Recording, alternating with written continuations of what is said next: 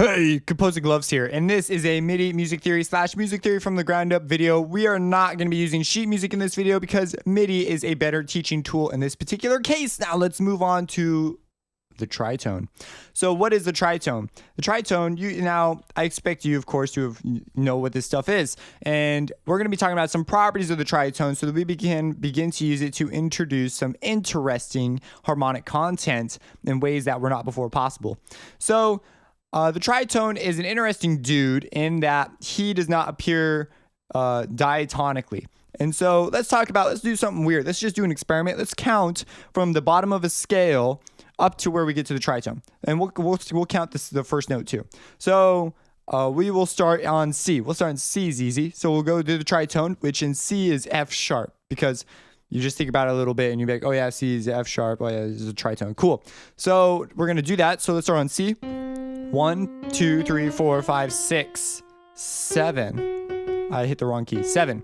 So you notice that when we get to the tritone, we get to 7 when counting from the bottom. If we do that from the top, 1, 2, 3, 4, 5, 6, 7. That's really strange. It's in the middle of the octave. It's right there. Now you know that music is very geometrically related to things. So whenever we have something that's this symmetrical, you know that it's going to contain some properties that is unusual, that are peculiar to this thing. So because it's in the middle, there's an interesting thing that happens. So this means that it is symmetrical because it's in the middle. So it's going to be symmetrical. So if we were to play a tritone, let's say C and F sharp again, and you see him represented here. If I take this F sharp and take it down an octave and play the tritone again, which is a very dissonant interval, you notice that it's still a tritone. It doesn't change. If you were to do this with other intervals, something else happens. It's called the rule of 9, where you play it and then you take this interval and then you go down an octave. But that's like a story for another day, and people talk about all the time, but I hardly ever use that rule. It's just something, I just know my intervals and the way chords interact and stuff. So it's not too big a deal to me, but I do know it's a thing.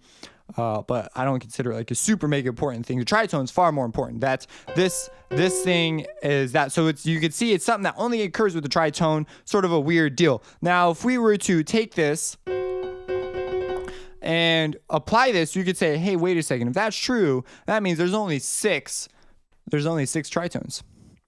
You might be going right now. You might be going like, what? But it's true. There's only 6 because it's symmetrical. So if we go up,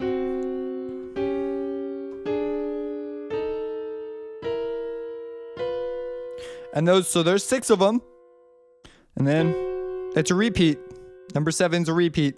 And so that's like, hey, all you need to do is learn 6 of them. And I'm saying this is really great and dandy and fine. Why does this matter to me? Maybe you haven't seen the light yet. Because you might be saying, because once you have discovered a ratio or a property like this, you know there's going to be interesting repercussions when you get to harmonic application. Because this means that because it's symmetrical, it's going to pop up in places that normally would not produce similar notes. Meaning, if you were to do harmonic movement with this interval, you'd get something different. Now, I want to show you something before we start talking about some of that stuff. So I have here a circle of fifths picture. It's a beautiful picture. You should remember this picture from the circle of fifths video. And I'm relying on you really knowing cold, your circle of fifths progressions and scales. Like, you got to know that stuff good. So here we've got C major to, now, okay, check this out. C major, tritone from C, F sharp, C to F sharp. Wait a second. This is a tritone relationship. Well, let's try again. It's just a coincidence that it's right across from the circle. This is weird. So we'll go, all right, tritone from F would be B. And then we think, okay, F and then B. And we notice that it's still there, that we've discovered that this has implications in the circular chord progression realm and in the circle of fifths. It is the reason the tritone appears in a particular kind of chord that we're going to talk about called the dominant 7 chord. We've already talked about it, but we're going to look at it in a new way. And this is the exact reason why you can hop keys the way you can hop keys. So check this out. C to F sharp. Look at this. Whenever we go across, we have a circular not a circular chord progression, we have a tritone. And so this is a powerful thing. So people figured this out and they were like, dude, man, bro, dude, man, this is crazy. Where is my talker thing? And so there it is. Okay, so let's write out a tritone. Let's write out a tritone. Let's talk about the chord.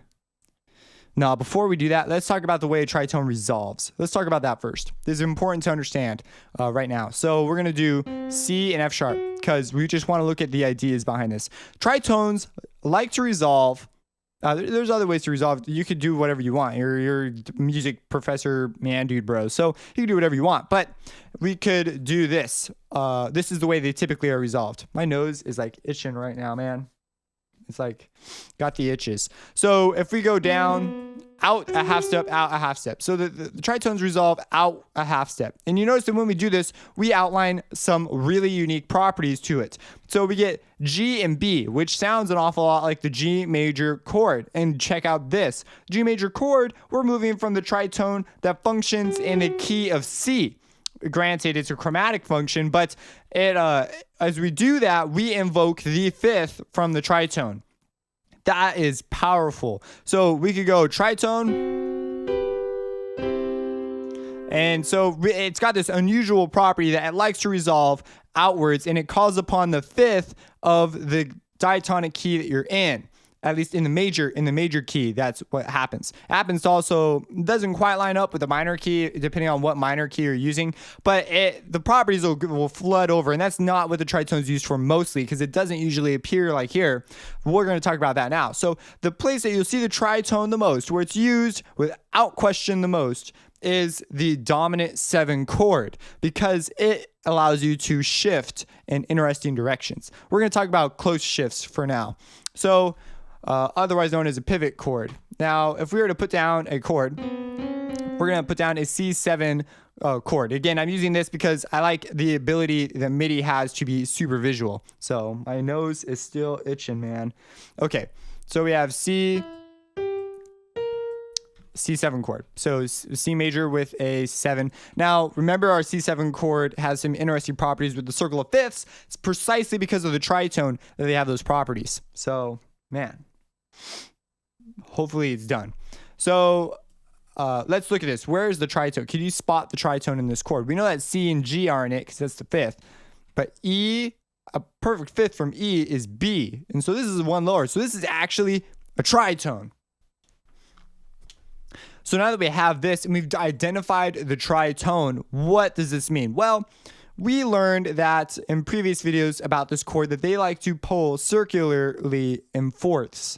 So let's write out that progression. So we know that this chord, the C7, pulls to the fourth, which would be F. Does it pull to G? Pulls specifically to F, specifically in the fourth direction. So let's look at why that is. So let's write out an F major chord in root position for now. So we'll do F, A, C, and then we're going to leave it there. So what do you know about the key of F? Well, the key of F has one flat. What flat is that? That's right, B flat or A sharp. But in this case, it's horrible to think of it in A sharp because then this is, what is this? If this is A sharp, then this is E sharp major scale. So anyway, it's weird. I'm not even gonna think about it that hard. Someone in the comments will think about it more and they'll be like, oh, it's this one, whatever.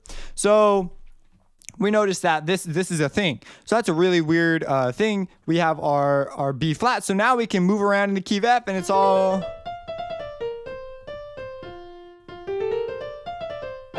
So go.